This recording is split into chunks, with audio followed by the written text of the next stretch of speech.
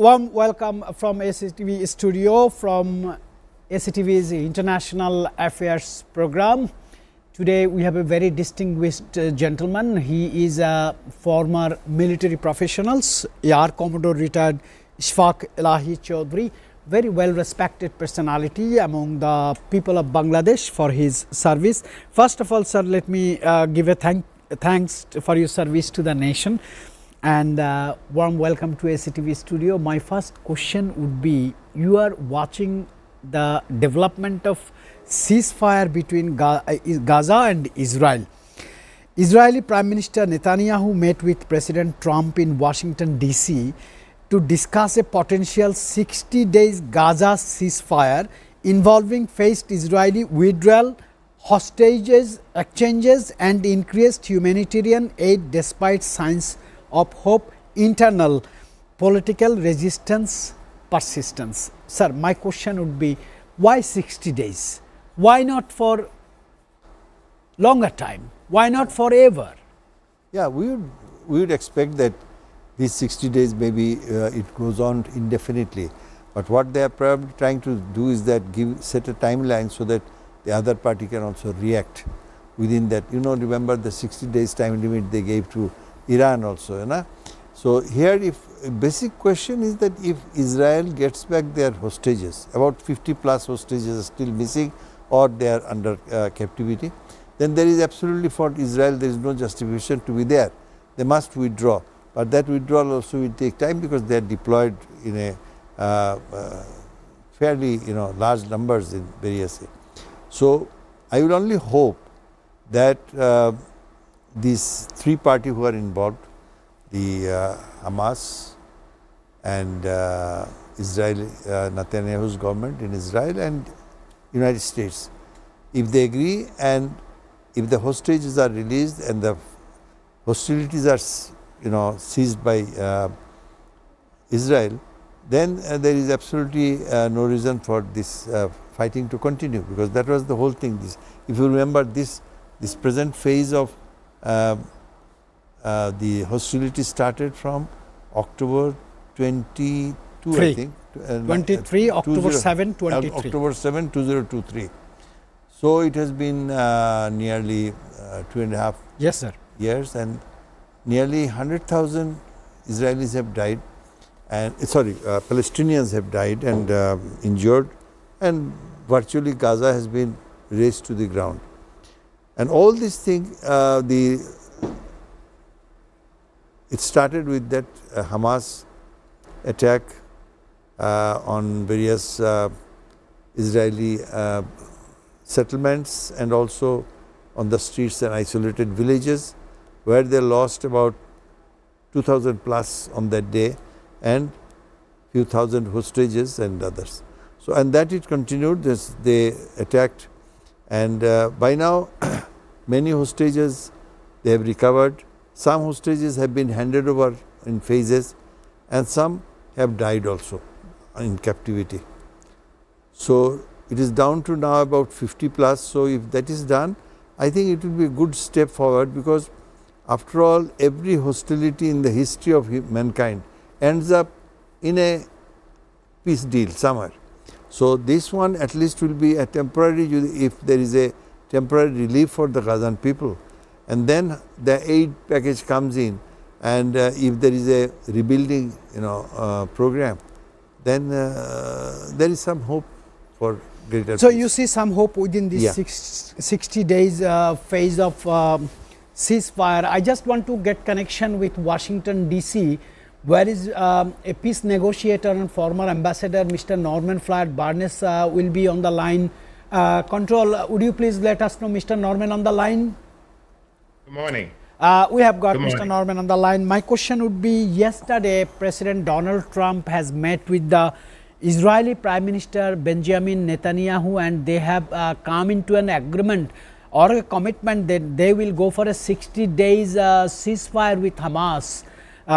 There are few issues that Israeli withdrawal will be in the agreement, there will be hostage exchanges and increased humanitarian aid, but we have seen in last week that Israel has bombarded on the aid distribution center, Mr. Norman. So people are saying that this is a kind of a space United States is negotiating for Israel to take preparation again to attack on Hamas. Mr. Norman. Yes, good morning, everyone from Washington, D.C. And yes, the two officials have met, and they are in turn positive discussions about the ceasefire, what I'm calling the pause, the 60-day pause, that is scheduled hopefully to take place soon. The concern is that the current administration is viewed as saying one thing and doing another thing, being inconsistent in their responses. The current proposal will include a changing of prisoners. We're looking at approximately, I believe there's 20 hostages still alive, 30 are dead, and they. I think we have lost the connection with Washington DC. Let us try again to connect him. We have at the studio our international affairs commentator, 18 Mr. deceased. We are back. Yes. Go ahead, Mr. Norman. Go ahead. Yes. There's included in that is a proposal to bring in aid.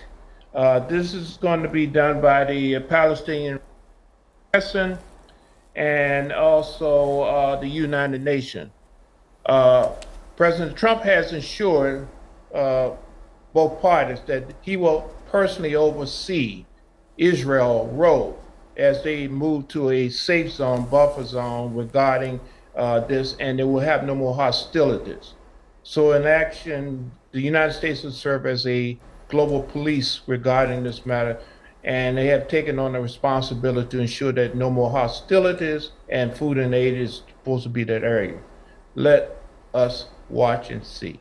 All right, here is a military professional from disciplined forces. He has served this nation for a long time. He has retired with reputation. I just want to do a counter question. United States or Israel never acknowledge Hamas as an organization. They said Hamas is a terrorist organization. As a sovereign country like Israel, is it worthy or is it professionally correct, technically correct, logically correct to go for an agreement with a terrorist organization? They call it Hamas. Right now the Hamas has lost much of its fighting power, or its own survival is in question. But because the hostages, sometimes you have to act realistically. I mean, you have negotiated with Taliban, you have negotiated even with Al Qaeda. So there are references. Al Qaeda commander is now the president of Syria, ex-commander, and Taliban are running the. So you have to negotiate because they hold the hostages. But it's also must realize that they will negotiate from a position of strength. The Americans and the Israelis will negotiate from a position of strength because since that October 2023, there has been repeated attacks on their leadership. So they can't control the ground as such. They still have some control in isolated patches, but if they can't negotiate, then the choice before the Gazan civilians, they have little choice. The aid is not going in, they are continuously being bombarded. So I am sure the Hamas has also lost the support of the people on the ground. And there are reports that there are anti-Hamas forces are also raising their head. You must remember that Hamas came out of PLO, Palestine Liberation Organizations, and the PLA, the Palestine Liberation Authority.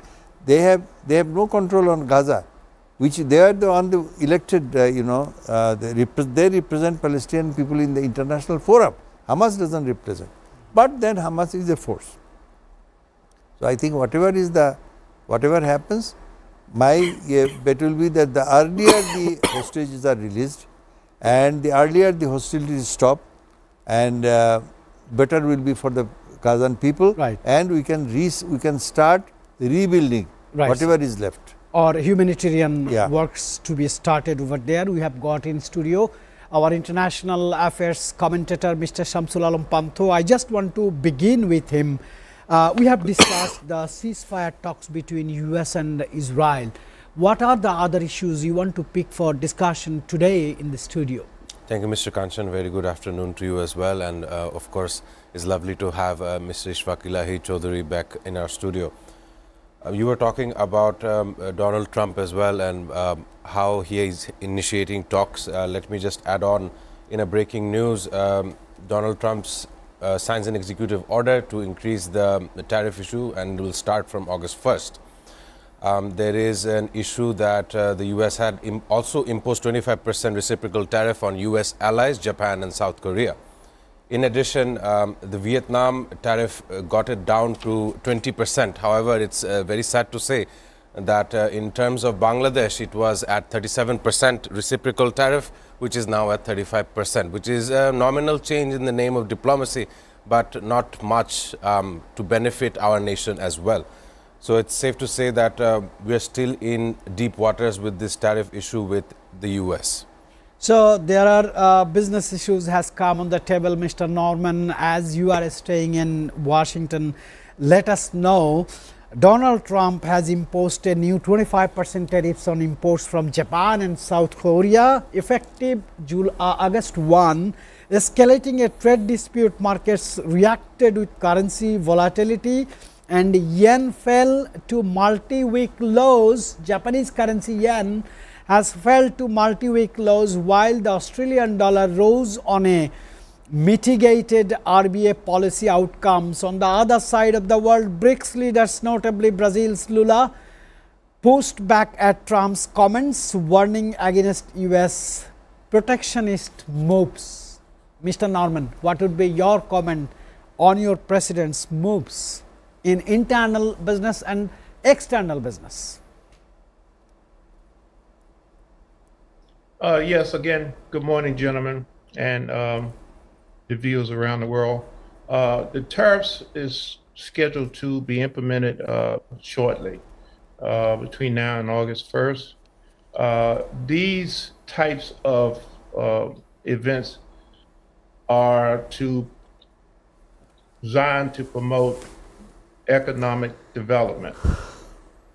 However, what is being seen is that it's causing a economic shockwave, again, another earthquake again, regarding how we relate, how do we do trade and commerce around the world.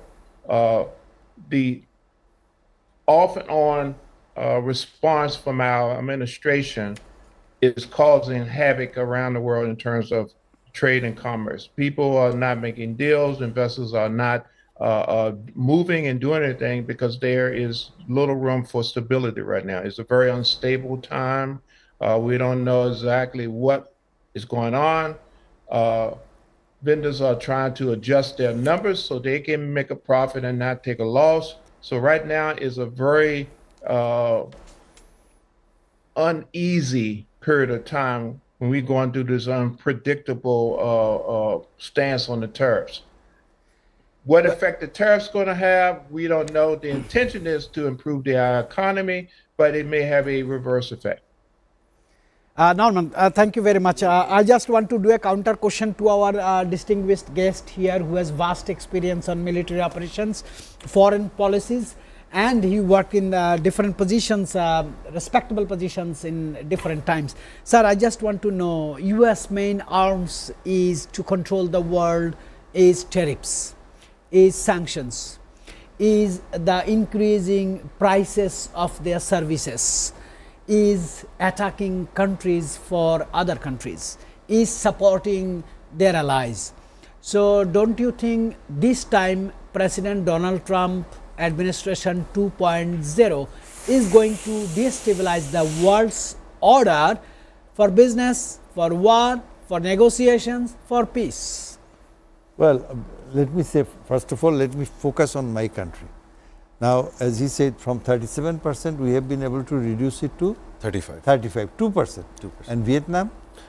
They were at much above 37 and they resolved it to 20%. Okay. So, that also shows their negotiation skill and lack of it for Bangladesh. You got to negotiate on the table and what you have to offer, and you have to convince the other side. If we have been, I would say, if Vietnam has been successful, then we have also failed. We haven't been able to argue our case. And there are scopes.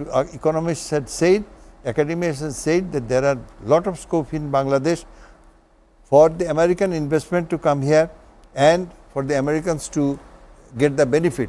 Now, Vietnam, you know, is there is also a guilt concept, perception working in the American mind, because since the Vietnam War, so they have been investing heavily over there. But in case of Bangladesh, probably we haven't been able to argue our case strong enough, so that we have now back to only 2% reduction. So whatever my homework must be done very professionally, and we still have time. We should be able to, just not blame anybody, but we should have to do our homework. And as you said that, yes, there is one thing one must remember, that economy is the most important driving force behind everything. The war, all the wars, First World War, Second World War, Vietnam, Korea, if you go into the background, there is economics playing. This Middle East, whole of Middle East, all the Gulf War, the Kuwait War, and then rise of the ISIS and all, behind this are the economies involved. You see, so he wants to bring, as he says, that manufacturing back to United States. Well, I don't know, but over the last year, as I'm not very current about it, but I heard that especially the stock market is rising in the United States, and if the people are happy in the United States, they care very little what happens in Guatemala and what happens in Bangladesh and Haiti. But each one of us, we in Bangladesh, our future is also tied up very much with the economy. Right. If the economy is not working, then we cannot. And we have an opportunity here because of the confrontation in the United States and China. And some of the industries are getting out of China, and the Vietnamese are catching it. Cambodians are getting it. Indonesians are getting it. So why should we attract them here? Sir, I want to pick this question. Why Vietnam, those who have a very bitter relation with United States, they made a negotiation from 37% tariff to 20%, they save 17% almost. But Bangladesh has done only 2% negotiation. Don't you think, Mr. Shamsul Alam Pantu, is a huge diplomatic failure from the diplomacy of Bangladesh for negotiating this? Well, Dr. Khalilur Rahman was in New York and in America in general, and he was supposed to talk about this tariff issue earlier on last week, I've said also. But I'll give you a couple of Asian countries, our neighbor as well. Myanmar is being hit with 5% more than ours. They're being hit with 40% reciprocal tariffs. So most of the Asian nations are feeling a bit uncomfortable, if you would say. At this moment, even last month, we've seen Asian countries coming together at the ASEAN summit, and their main agenda was to talk about how this United States reciprocal tariff will be affecting each and individual country in Asia. Of course, Sir had pointed out that America is now looking forward to becoming a manufacturing hub for most services, in an awkward dream to become like China, if you would say. But let's have a look at China. They were given 145% reciprocal tariff, which is abnormal to say the least. So in my opinion, I would say that this may have a retaliatory effect from August 1st. Of course, the American citizens do not expect much retaliation from the Asian side, but this will set new economic standards as well. Thank you very much, very fair description. Mr. Norman, I just want to do a question from my curiosity. This president has said that he wants to make America great again.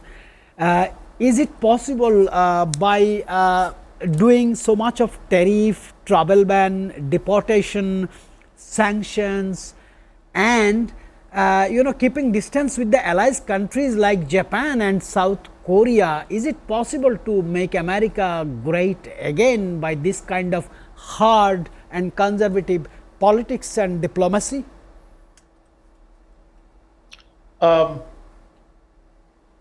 Very interesting question, because as we mentioned, the quest to make America great again has not been actually realized yet.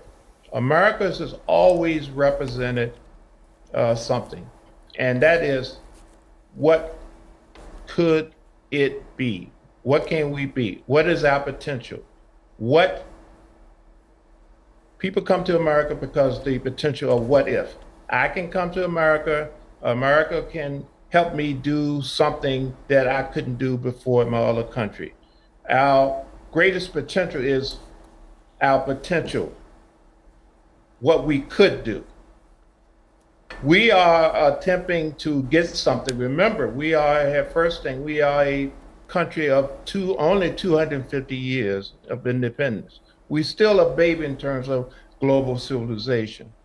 We have a new administration that's been in 6 months who's trying to figure out exactly where they fit and what we're going on. Our country is trying to position itself in the world as its place in the terms of global positioning.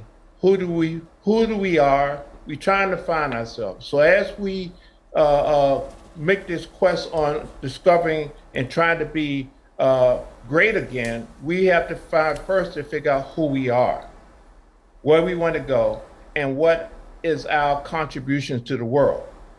So we want to be a global leader, but we have to learn to follow and listen to the past and have a plan that is inclusive globally.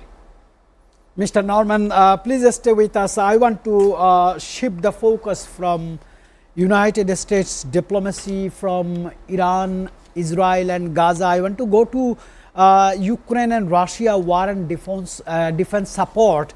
The US has announced a resumption of weapons shipments to Ukraine amid intense Russian assaults in Kharkiv and Odessa. Reports also highlight the targeting of Russian warhead facility by Ukrainian forces.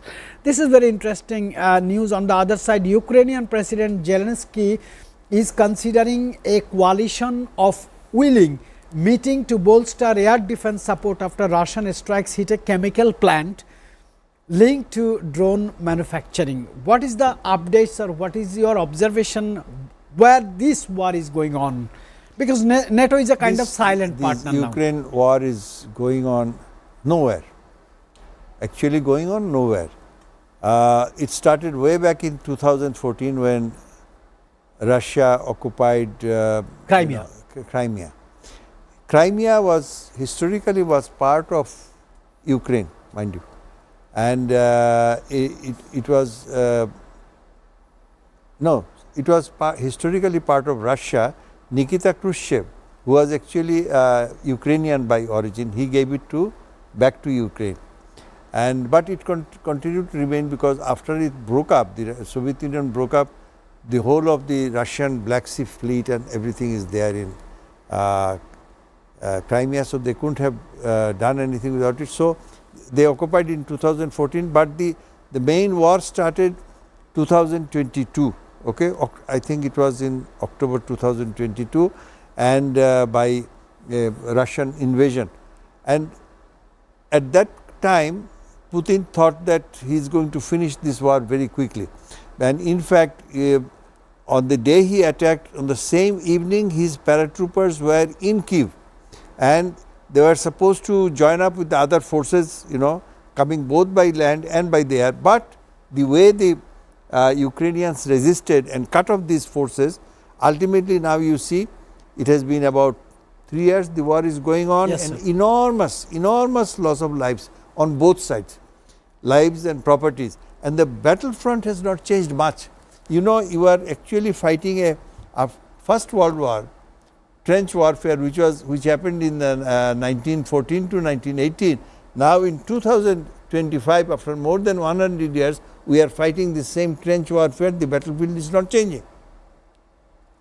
But both for Russia and Ukraine, it has been a tremendous loss of a whole generation.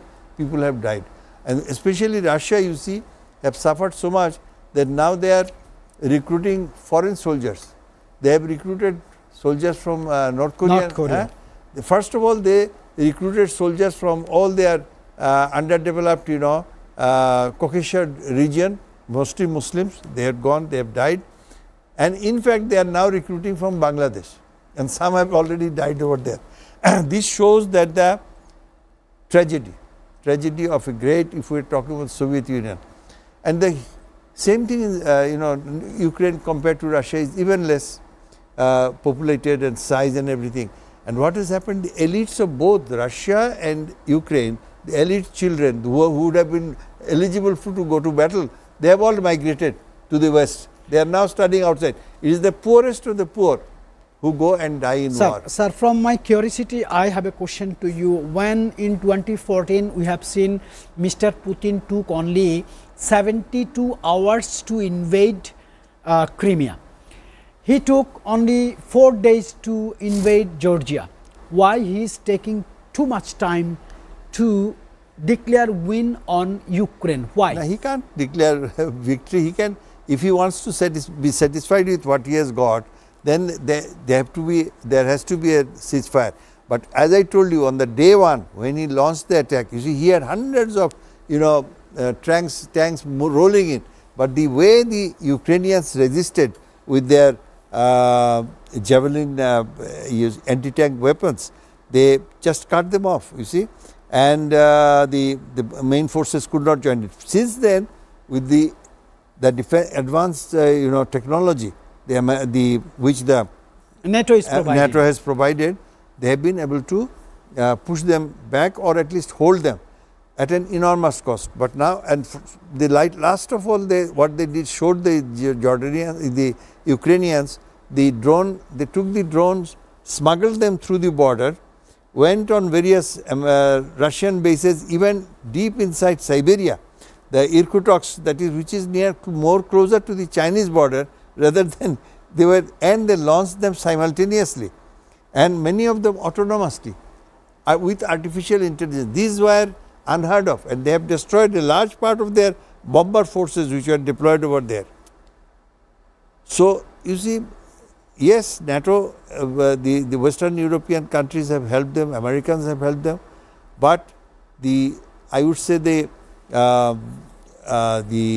strength of the defense of they want to defend whatever, that is been enormous. But there is also a social price. When in 1975 I was in Soviet Union, we trained. At that time, nobody ever thought that this country will break up, and because Russia and Ukraine, Russia is the largest state, and the Ukraine is the second largest state, and very developed.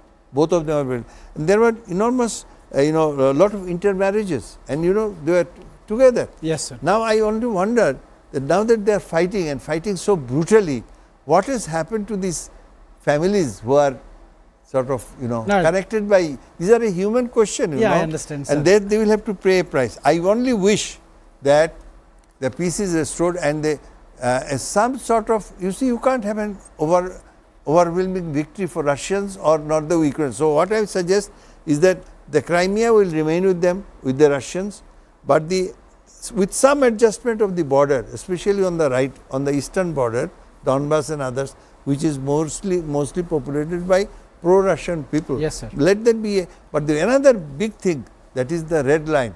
There must be an end to the NATO expansion, which was actually a reason why Putin's. You made a good full stop. The NATO's interest to include Ukraine with them has to be stopped. Then there will be a possibility to stop the war. When I'll be coming back, I will start with the South Asian few developments with Shamsul Alam Pantho, our international affairs commentator. It is a short break.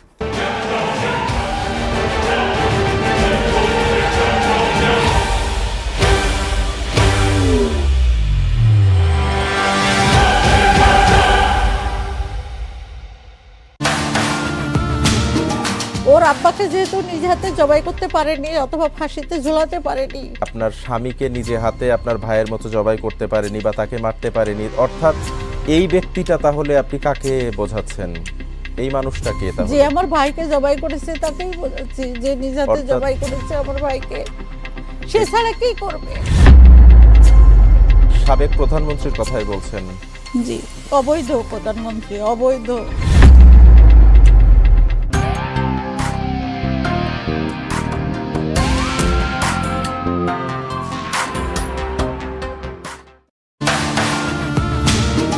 ওর আব্বাকে যেহেতু নিজে হাতে জবাই করতে পারেনি অথবা ফাঁসিতে ঝুলাতে পারেনি, আপনার স্বামীকে নিজে হাতে আপনার ভাইয়ের মতো জবাই করতে পারেনি বা তাকে মারতে পারেনি, অর্থাৎ এই ব্যক্তিটা তাহলে আপনি কাকে বোঝাচ্ছেন? এই মানুষটা কে যে তাহলে? আমার ভাইকে জবাই করেছে তাকেই বোঝাচ্ছি, যে নিজে হাতে অর্থাৎ- জবাই করেছে আমার ভাইকে, সে ছাড়া কি করবে? সাবেক প্রধানমন্ত্রীর কথাই বলছেন। জি, অবৈধ প্রধানমন্ত্রী, অবৈধ।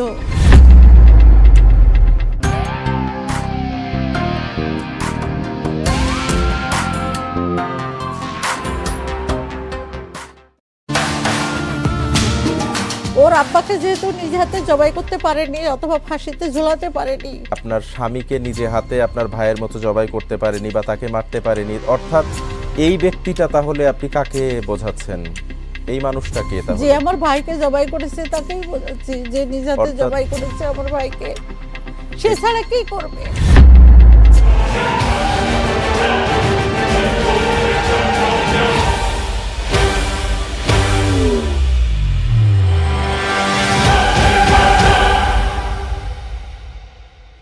Welcome back, ladies and gentlemen, to International Affairs Show, live from SATV studio.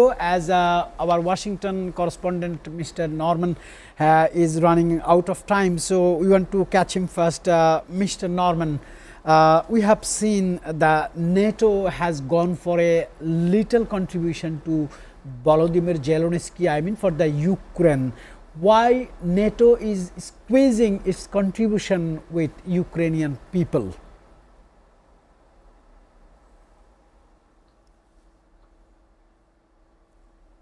Could you repeat that question again? I missed the last part. We have seen on 24th and 25th June in Hague, NATO has gone for a very little contribution to Volodymyr Zelensky, Ukrainian president. Why? Because they have pushed Zelensky to go for a war with the world's mighty power, Russia. Yes.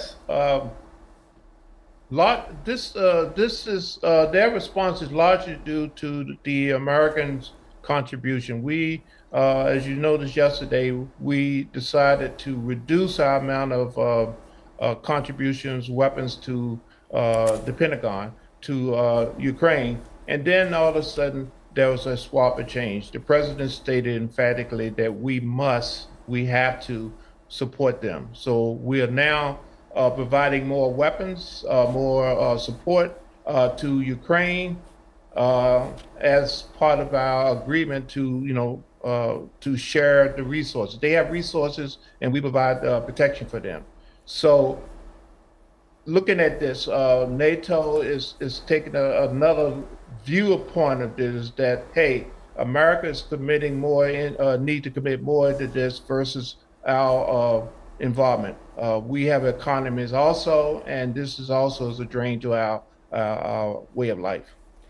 Mr. Norman, very great to have you with our show in live, and you have done an extremely high valued contribution to our show. Thank you very much for joining today.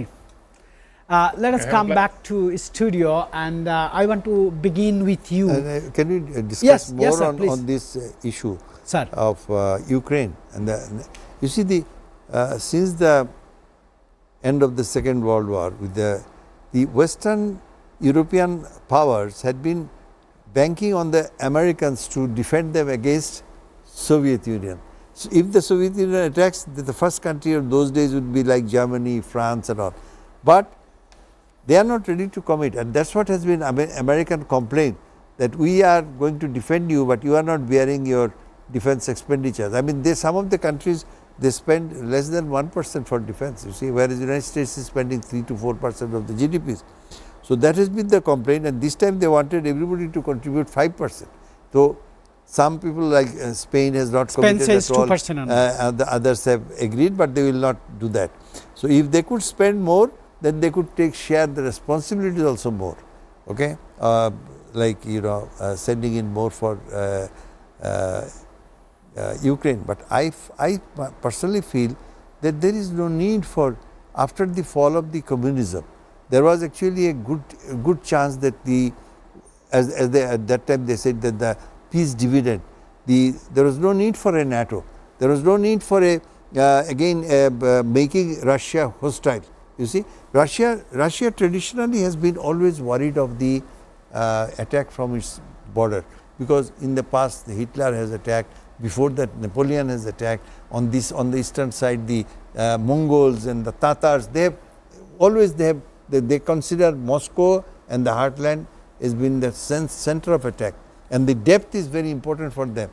But by continuously NATO, advancing NATO, and especially taking away their Poland, their Warsaw Pact countries, Poland, Romania, Bulgaria, all these countries joining NATO, naturally threatens the security of. So Russia is fighting for their survival. Their long-term security. Yes, sir. I want to come back to our international affairs commentator Shamsul Alam Pantho. I said that I will ask him some developments about South Asia, but I have a news from Putin's cabinet shake-up and mystery death. Yes. As you know, Russian President Putin dismissed his transport minister. The former minister was later found dead with a gunshot wound outside Moscow, with initial reports clashing it as a suicide, but different critics are saying this is a killing. What is your comment?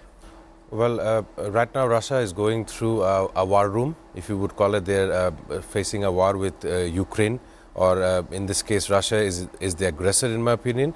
And yesterday I've also mentioned how they are sharing hostile comments and hostilities with Azerbaijan as well. Of course, in a breaking news, we see that the former Russian Transport Minister Roman Starovoyt was, majority of the authorities call it a suicide. It was, of course, a gunshot wound that had claimed his life, and it was just hours after dismissal by the leader of the Kremlin, Vladimir Putin. So it's far too early to rule out any kind of wrongdoing in this particular case, but in matters of dissent, if you would call it, if there was any kind of dissent from in the Russian war room, of course it is dealt with such practices of murder or death.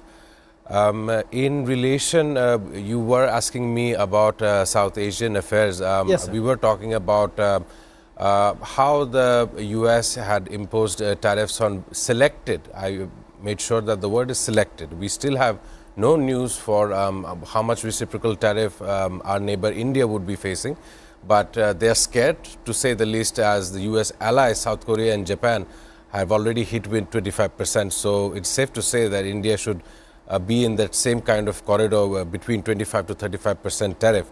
But what I want to bring out, America understands India's position in the global order. I'll give you the Quad. The Quad is a combination of 4 countries, namely India, Japan, US and Australia. And in relation to that, I'll give you another global alignment. It's called the BRICS, which has Brazil, Russia, India, China and South Africa. The common of the both Quad and the BRICS being India. So America does understand that India is someone who is avidly positioned. If it were to be on one side, America and China, India would fall right in between. And of course, in South Asian affairs, we also have a heated escalation in the Thai cabinet as well. Yes. We've picked it up earlier last week as well. There seems to be some kind of tensions between Thailand and Cambodia, which has given a huge amount of protest in the capital Bangkok as well. And it's safe to say that there's some kind of escalation that is brewing in the South Asian nations as well. Very nice explanation, especially on the diplomacy's type of India. They are in Quad, they are in BRICS, they have alliance with China, they have alliance with Russia, United States. They are maintaining all wings of diplomacy. I want to do a question to our distinguished gentleman, Sir Air Commodore Ishfaq Elahi Chaudhry. what is a kind of diplomacy we should start with the new order of the world to keep Bangladesh beneficial, to open more markets for Bangladeshi goods, to create more jobs inside Bangladesh and outside Bangladesh, to exchange students. What kind of diplomacy we should start? You see, diplomacy of maintaining balance. The world today is basically again becoming bipolar. China and United States. China supported by Russia, unfortunately, Russia has lost the number one, I mean the superpower status. It is no longer. It may have thousands of nuclear weapons, but doesn't make it a superpower. It is as it has gone down. So China on one side and United States and the Western Europe on one side, and as you mentioned, the Quad. So India is a very pivot. India is in the pivot of both this. They have a almost 467 this time, going to be $500 billion trade with China. Also, they are strategic partner of the United States. So we have to maintain a balance. Our main target today is to alleviate the economy of this country, to alleviate the standard of living of these people. Whatever it happened, we have a huge, you see, growing population. 20 million or maybe 18 million people living in the world's densest, state, population wise, and we have to feed them, we have to clothe them, we have to educate them. So we have to maintain a relationship where there should be no enemies, that is friendship to all, you see, and malice to none. And very luckily, you see, we are one of the few countries in this region, in the third world, who have no territorial dispute with our neighbors. Our borders with Myanmar is all marked, our borders with India is all marked. What we have are irritants, we will not call it dispute, irritants that can be solved across the table. But what we have, the potentials, great potentials of this Bangladesh becoming a connecting hub. I always say that more and more this country is connected with the rest of the world, first of all with the region and then the rest of the world, greater will be the benefit. Today you see countries like Myanmar and countries like North Korea, why are they falling behind? They are because they are not connected with the world. Our geographical position is such that within South Asia and South and Southeast Asia and beyond in China, we have a position which we exploit rightly, in diplomatic front, in economic front, in, as you said about education, we can really become a fairly developed country. But the time is running out because this population is growing, and this population, we are saying this is our manpower dividend, but this can become a great burden for this country if in another 20-30 years we cannot graduate to a better standard of living, because Sir, then we will be stuck with a very old population. Very, very well described and very fair and clear message you have given to us. I want to go for a direct question to Shamsul Alam Pampho, who is also a young generation leader. My question would be, you see last 14 years, Narendra Modi, Prime Minister of India, is trying to make India the Hinduttavad or Hinduism, and he has destroyed the relationship with all his neighboring country, Pakistan, Afghanistan, China, Nepal, Bhutan, Maldives, Sri Lanka, even Bangladesh. And we have seen the media aggression and diplomatic aggression from Delhi to Dhaka is quite brutal. In some cases, people say very dirty. As a young generation leader, you understand the pulse of the Gen Zs, new generation of Bangladesh, to whom you keep aside to continue the Indian leadership, Jaishankar or Narendra Modi?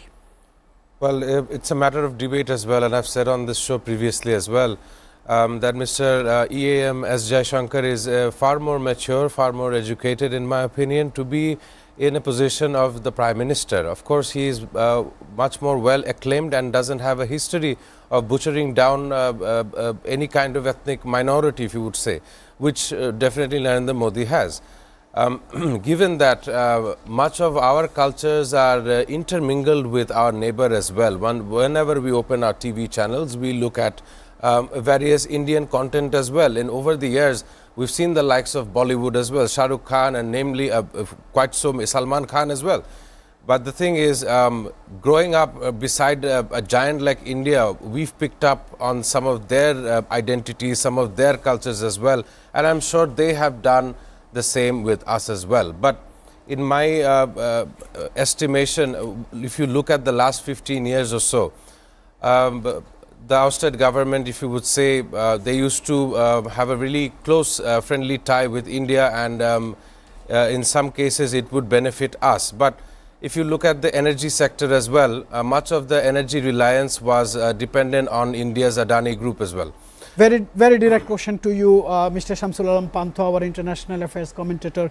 Do you think or do you consider the current government's diplomacy with neighboring country India is going in the right direction? Because India disrespected us. India put us in insecurity. India dominated us. India has done so much of agreements which is not win-win. Do you think this government has cancelled all the agreement and they are in the right direction? I need an answer in 30 seconds, sir. Well, definitely they are not in the right direction in matters of diplomacy. They are harboring one of our ousted leaders, and not only so, when we claimed that we are the leader of the Bay of Bengal, that is when Indian media tried to attack us on various fronts. So I would say that in order to restore diplomacy between the two nations, we must target the notion of how we can have our ousted leader back to face trial. Excellent. I want to go to Ishfaq Elahi Chaudhry. See, you have served this nation for a long time. You have experience on diplomacy, on security issues. You are a famous security analyst. I just want to say, do you think our blue economy is safe because our neighboring country is not helping us, rather than they're bothering us, both the country, India and Myanmar? And do you feel that we need to export the blue economy? I disagree with you, because with both these countries we have signed the territorial, is well demarcated, and nobody has challenged that. They have agreed. But thing is that we don't have capabilities. You see, blue economy, one of the first thing is that fishing. We don't have a fishing trawler which can go out in the sea and catch the fish. We have trawlers which go up maximum about 30-40 kilometers. Nobody has stopped you from building up ocean going, trawlers, but you don't have investment there. How can you? So you build your ports, you build your infrastructures, only then you can go. Nobody has changed. Neither Myanmar or India has said that you cannot go and venture in your own territory. These are our own territory, our economic zone, and beyond that is the open sea. But we don't have capabilities. How can you harbor the blue economy? I mean, these are ridiculous. I don't think these are right, and we need to increase our investment, our capacity. We don't have even a trained fishing to operate people, these large fishing trawlers. We don't have trained manpower. We are still Maji of the cargo, these are, we keep on saying lot of things. These are actually, the sea is open, the blue water economy, there are many other things. For example, mining.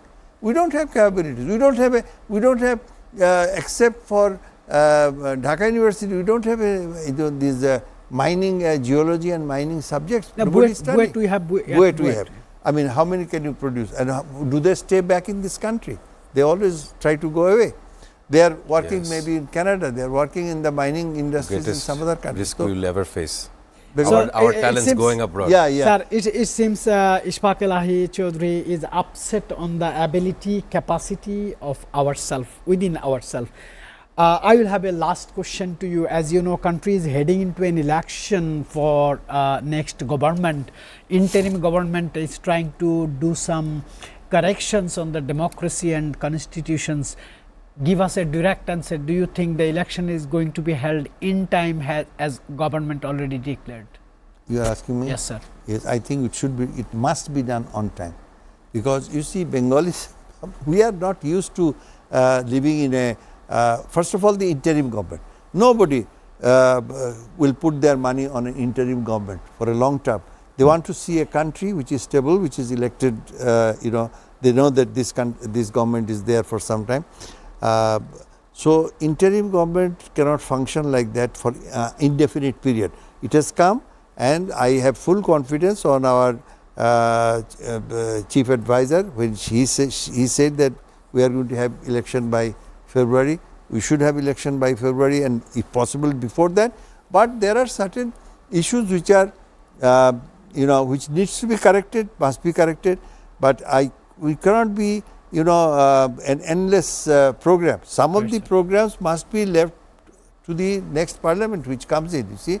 So as long as it is a free, fair, participatory elections, I think we should go for it as quickly as possible and have an elected government in this country. Fair enough, but one very direct question to Shamsul Alam Panto for 30 seconds only. What is the pulses of the young generation? What they want?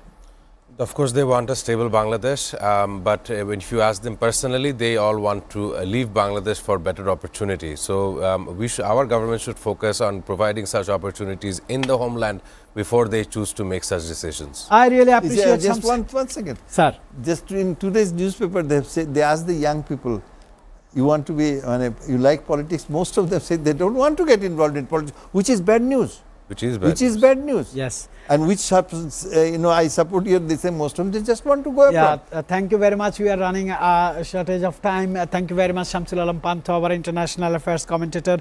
Thank you very much, ER Commander retired Ishfaq Elahi Chaudhary, very veteran gentleman and very knowledgeable person on these particular issues. And thank you, Norman, as well. I will see you tomorrow.